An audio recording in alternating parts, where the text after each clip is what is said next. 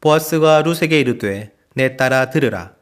이삭을 주우러 다른 밭으로 가지 말며 여기서 떠나지 말고 나의 소녀들과 함께 있으라.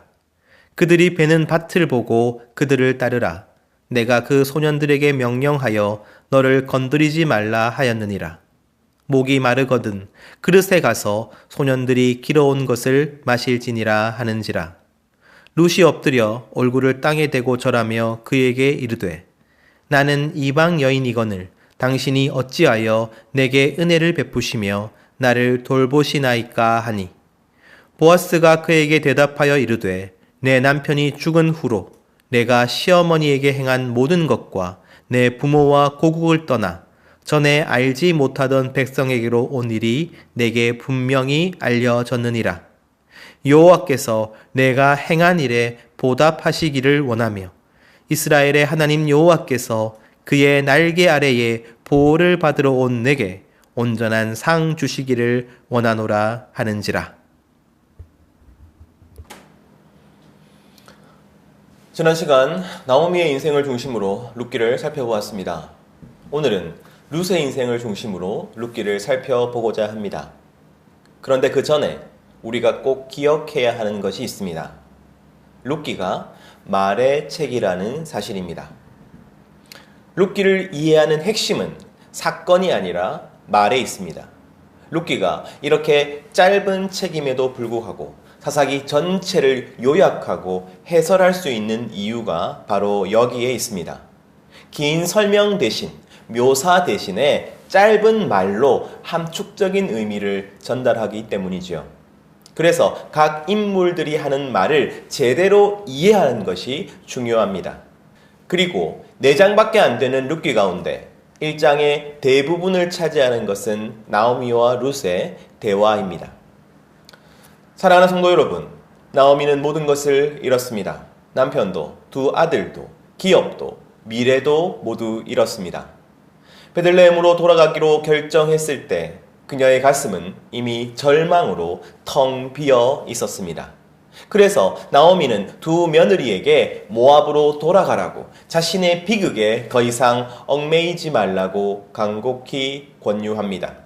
룻기 1장 8절에서 9절 말씀입니다. 나오미가 2 며느리에게 이르되 너희는 각기 너희 어머니 집으로 돌아가라. 너희가 죽은 자들과 나를 선대한 것 같이 여호와께서 너희를 선대하시기를 원하며 여호와께서 너희에게 허락하사 각기 남편의 집에서 위로를 받게 하시기를 원하노라 하고 그들에게 입 맞춤에 그들이 소리를 높여 울며. 모압과 베들레헴의 경계, 그 갈림길에서 세 과부가 서로를 붙잡고 울고 있습니다. 그리고 나오미는 며느리들의 미래를 염려하여 그들을 돌려보내고자 합니다. 이방 땅 베들레헴에서 모압 여인으로 살아가는 것이 얼마나 고되겠습니까? 이미 2 며느리는 자신의 남편을 잃는 비극을 겪었습니다. 그것으로 충분합니다. 2 며느리는 남은 인생을 자신과 다르게 살 수 있습니다. 2 며느리 중 한 명인 오르바는 눈물로 시어머니에게 입 맞추고 돌아갑니다. 지극히 자연스럽고 합리적인 선택이었습니다. 누구도 오르바를 비난할 수 없습니다. 그러나 룻은 달랐습니다. 룻이 나오미에게 말합니다. 룻기 1장 16절에서 17절 말씀입니다. 룻이 이르되 내게 어머니를 떠나며 어머니를 따르지 말고 돌아가라 강권하지 마옵소서. 어머니께서 가시는 곳에 나도 가고 어머니께서 머무시는 곳에서 나도 머물겠나이다. 어머니의 백성이 나의 백성이 되고 어머니의 하나님이 나의 하나님이 되시리니 어머니께서 죽으시는 곳에서 나도 죽어 거기 묻힐 것이라. 만일 내가 죽는 일 외에 어머니를 떠나면 여호와께서 내게 벌을 내리시고 더 내리시기를 원하나이다 하는지라. 사랑하는 성도 여러분, 이 고백을 천천히 한 문장씩 숙고하기를 원합니다. 어머니께서 가시는 곳에 나도 가고. 그러나 룻에게는 돌아갈 곳이 있었습니다. 친정이 있었습니다. 재혼의 기회도 있었습니다. 새로운 시작의 가능성도 있었습니다. 그런데 룻은 그 모든 것을 포기하고 나오미를 따라가겠다고 말하고 있습니다. 오직 가난과 외로움이 기다리고 있는 바로 그 삶으로 따라가겠다고 말합니다. 어머니의 백성이 나의 백성이 되고, 지금 룻이 가려는 베들레헴은 낯선 땅이었습니다. 그곳 사람들은 모압 여인들 환영하지 않을 것입니다.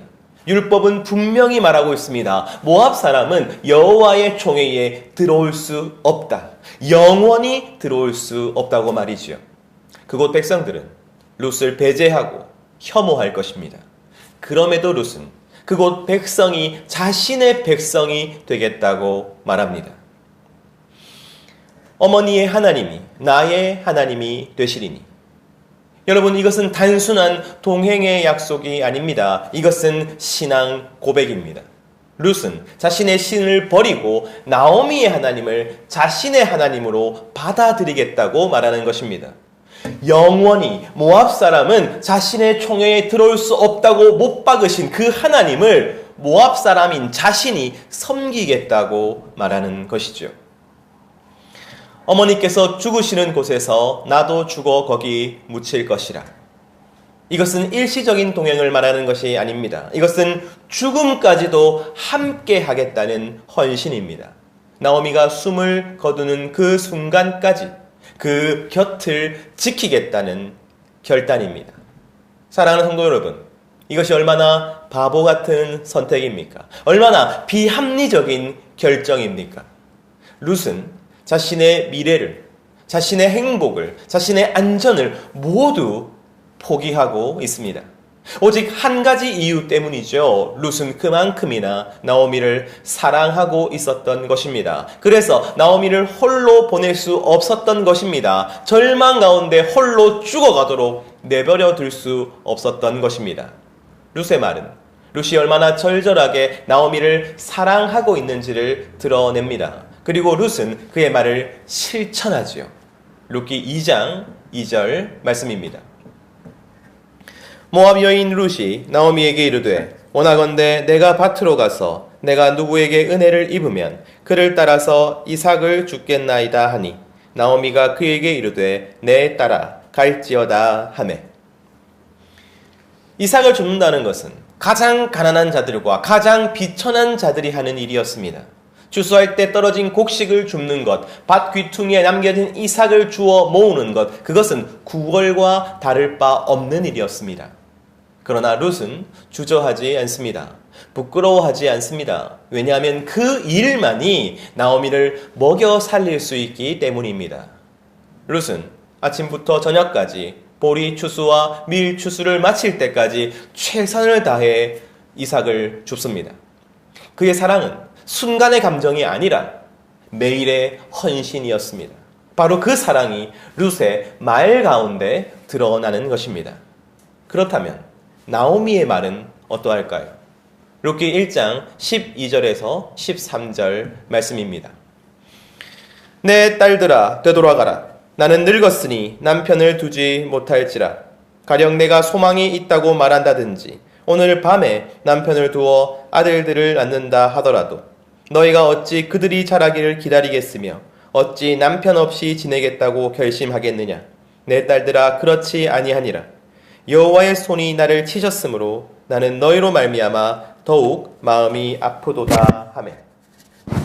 나오미는 자신에게 그 어떤 소망도 없다고 말합니다. 그리고 나오미의 가장 큰 절망은 자손이 끊어지고 기업이 끊어졌다는 데 있습니다. 자신은 더 이상 아이를 낳을 수 없습니다. 그리고 만약 낳는다 하더라도 그 아이가 커서 며느리들과 결혼할 때까지 기다릴 수는 없는 것이죠. 이제 나오미는 후손을 가지지 못할 것이고 그러므로 그의 기업은 완전히 끊어지고 말았습니다. 나오미의 말은 자신에게 그 어떤 소망도 남아있지 않음을 슬퍼하는 말, 바로 절망의 말입니다. 나오미는 절망하고 룻은 사랑합니다. 그런데 저는 룻기를 계속 읽으면서 나오미의 절망이 좀 이상해 보였습니다. 왜냐하면 진짜 소망이 존재하지 않는 것인가요? 회복의 가능성이 아예 없는 것입니까? 그렇지 않습니다. 우리가 잘 알듯이 베들레헴에는 가능성이 있습니다. 바로 기업 물을 자입니다.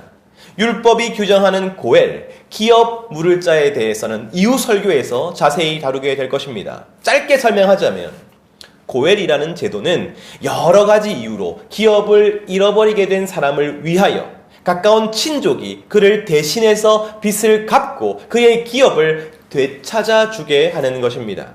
물론 그 친족은 손해를 보아야 하기에 쉽게 일어날 수 없겠지요. 그러나 가능성이 아예 없다고 말할 수 없습니다. 소망이 아예 없다고 말할 수 없습니다. 실제로 보아스가 고엘이 되어서 나오미와 룻을 회복시켰지요. 그런데 왜 나오미는 모든 소망이 사라졌다고 말하는 것일까요? 고엘의 가능성이 있음에도 자신에게는 절망밖에 없다고 말하는 것입니까? 그 이유는 간단합니다. 룻이 모압 사람이기 때문입니다. 신명기 23장 3절 말씀입니다. 암몬 사람과 모압 사람은 여호와의 총회에 들어오지 못하리니 그들에게 속한 자는 10대뿐 아니라 영원히 여호와의 총회에 들어오지 못하리라. 율법은 명확하게 말합니다. 모압 사람은 이스라엘 공동체에 들어올 수 없습니다. 열 세대가 아니라 영원히 말이죠. 그리고 고엘 제도는 이스라엘 백성, 하나님 나라 공동체 안에 있는 자들을 위한 것입니다.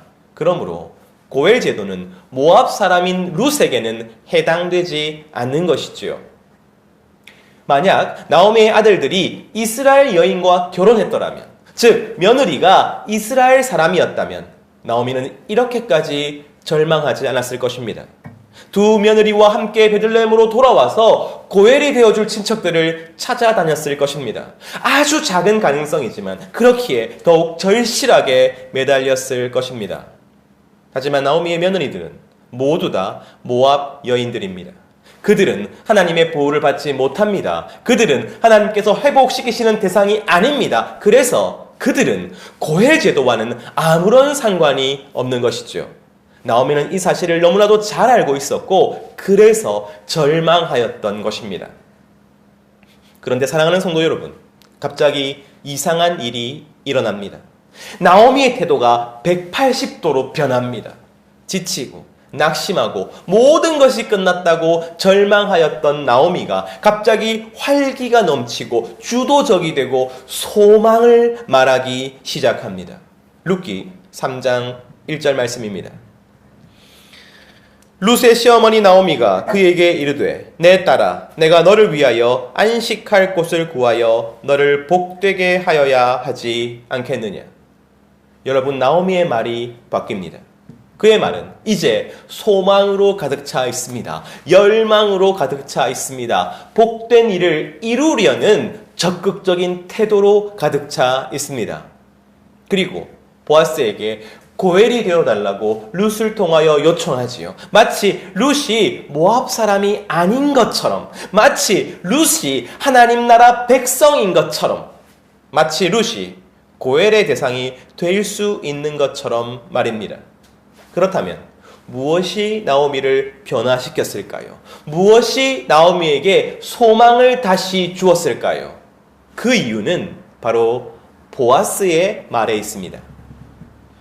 자신의 밭에서 이삭을 줍고 있던 룻에게 보아스는 호의를 베풀어 줍니다. 다른 밭으로 가지 말고 여기서 마음 편히 이삭을 주우라고, 목마르면 물도 마시라고 말합니다.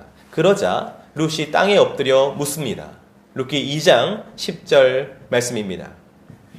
룻이 엎드려 얼굴을 땅에 대고 절하며 그에게 이르되 나는 이방 여인이거늘 당신이 어찌하여 내게 은혜를 베푸시며 나를 돌보시나이까 하니. 사랑하는 성도 여러분, 지금 룻이 나는 이방 여인이거늘 이라고 하는 말에 주목해야 합니다. 이것은 겸손의 표현이 아니라 룻의 정체성을 말하고 있는 것입니다. 룻은 이스라엘 사람이 아닙니다. 룻은 하나님 나라 백성이 아닙니다. 그래서 룻은 호의의 대상이 될 수 없습니다. 보호의 대상이 될 수 없습니다. 그리고 룻은 고엘의 대상이 될 수도 없습니다. 그런데 보아스가 이렇게 이야기합니다. 룻기 2장 12절 말씀입니다. 여호와께서 내가 행한 일에 보답하시기를 원하며 이스라엘의 하나님 여호와께서 그의 날개 아래에 보호를 받으러 온 내게 온전한 상 주시기를 원하노라 하는지라. 보아스의 이 말 또한 그저 룻을 칭찬하고 위로하는 말이라고 생각하지 마십시오.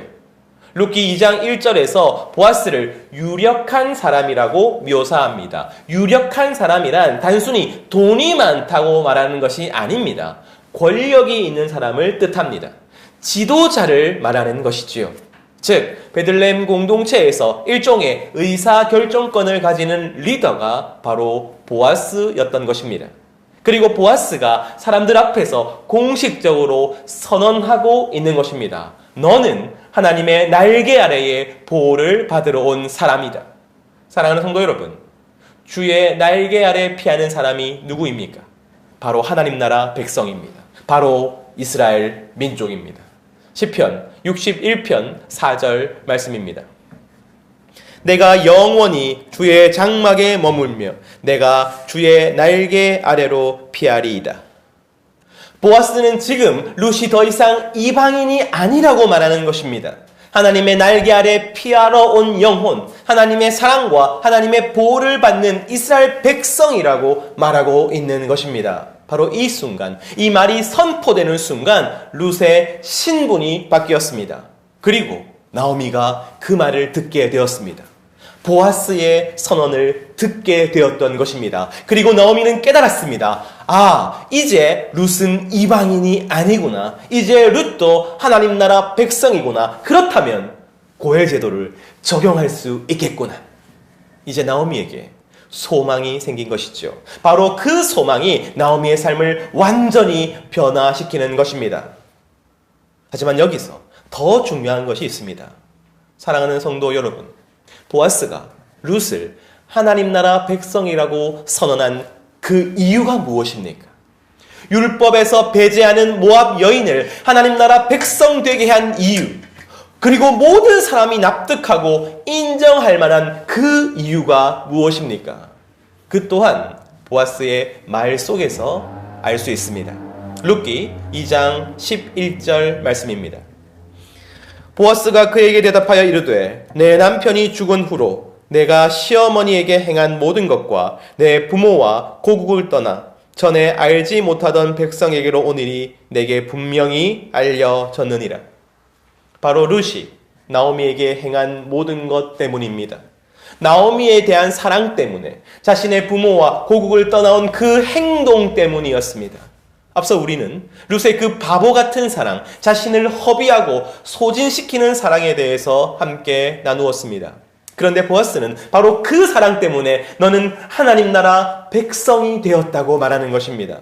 지금 보아스를 통해 누가 말씀하고 계시는 것입니까? 바로 하나님이십니다.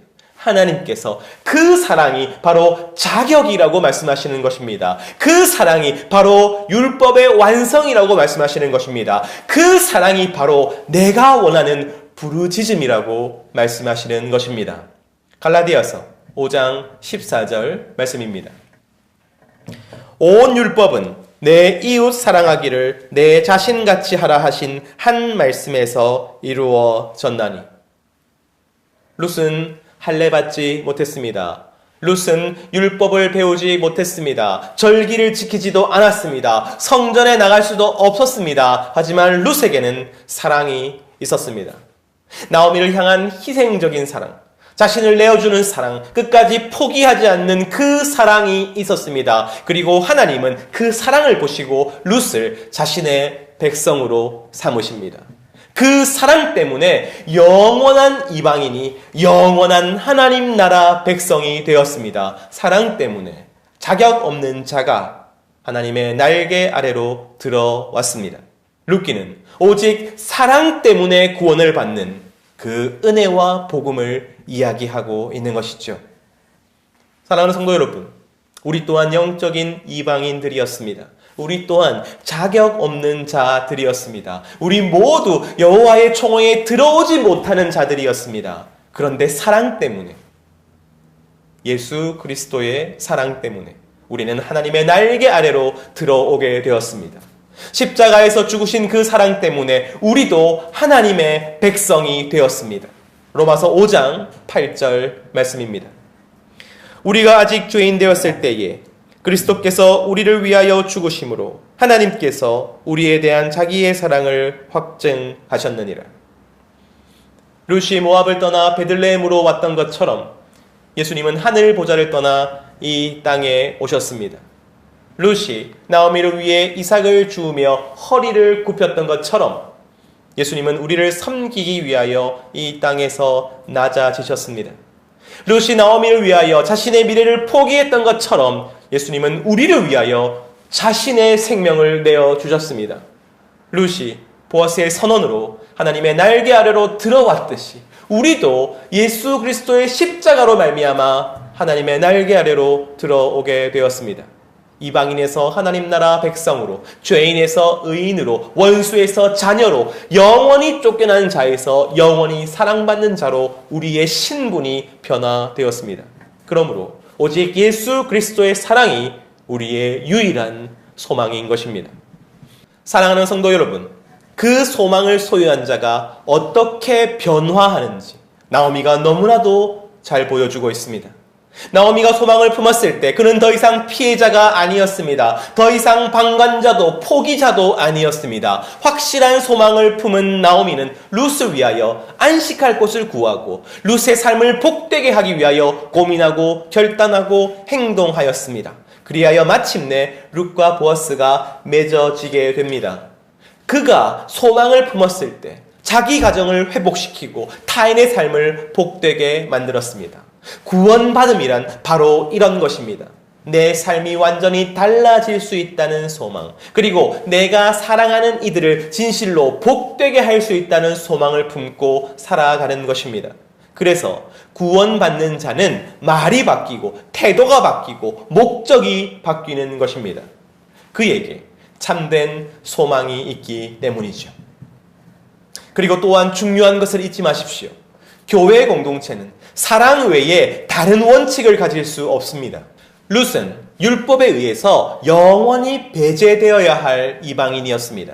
그러나 보아스와 베들레헴 공동체는 룻의 사랑을 인정하고 그녀를 하나님의 날개 아래로 받아들였습니다.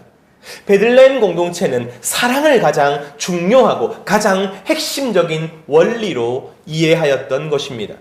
사랑하는 성도 여러분, 모든 차이와 구분은 사랑 앞에 무의미하게 되었습니다. 모든 배제와 혐오의 논리는 사랑 앞에서 힘을 잃었습니다. 바로 이것이 하나님께서 원하시는 교회의 모습입니다. 그렇다면 지금 이 시대의 교회는 어떠합니까? 영적인 이방인이었던 우리가 오직 그리스도의 사랑 때문에 교회를 이루었기에 교회의 모든 법과 규칙과 기준은 오직 사랑에 근거해야 합니다. 그러므로 교회의 말이 바뀌고 교회의 태도가 바뀌고 교회의 목적이 바뀌어야 합니다. 어떤 원칙도 어떤 전통도 어떤 목표도 여러분 사랑에 앞서지 못합니다.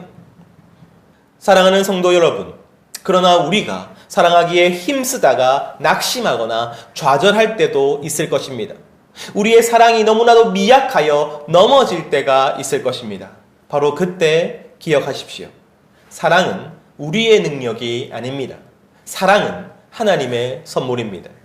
우리의 사랑이 미약하여 넘어질지라도 우리를 사랑하시는 하나님의 사랑은 결코 끊어지지 않습니다. 결코 실패하지 않습니다. 우리를 위해 길을 떠나셨고 우리를 위해 십자가에서 마라 중에 마라가 되셨던 예수 그리스도의 그 사랑은 완벽하기 때문입니다. 그러므로 우리가 사랑할 수 있는 이유는 우리가 능력이 있고 강해서가 아닙니다. 하나님께서 우리에게 능력을 주시기 때문입니다. 우리가 희생할 수 있는 이유는 우리가 완벽해서가 아닙니다. 하나님께서 우리와 함께 하시기 때문입니다. 빌립보서 4장 13절 말씀입니다. 내게 능력 주시는 자 안에서 내가 모든 것을 할 수 있느니라. 그 모든 것 중에 가장 중요한 것이 사랑입니다. 그 모든 것 중에 가장 좋은 것이 사랑입니다. 하나님께서 우리에게 사랑할 힘을 주시기를, 사랑할 용기를 주시기를 원합니다. 그리하여 예수님처럼 룻처럼 나도 사랑할 수 있게 하시기를 간절히 소원합니다. 우리의 사랑은 반드시 누군가를 복되게 할 것입니다. 우리 공동체 또한 사랑이 가장 중요한 원칙이 될 것입니다. 우리 모두가 소망을 품고 일어나 사랑하는 삶을 살아가게 될 것입니다. 하나님께서 그렇게 인도하여 주시기를, 그 하나님과 함께 더욱 사랑하는 삶을 사는 우리 모두가 되기를 간절히 소망합니다.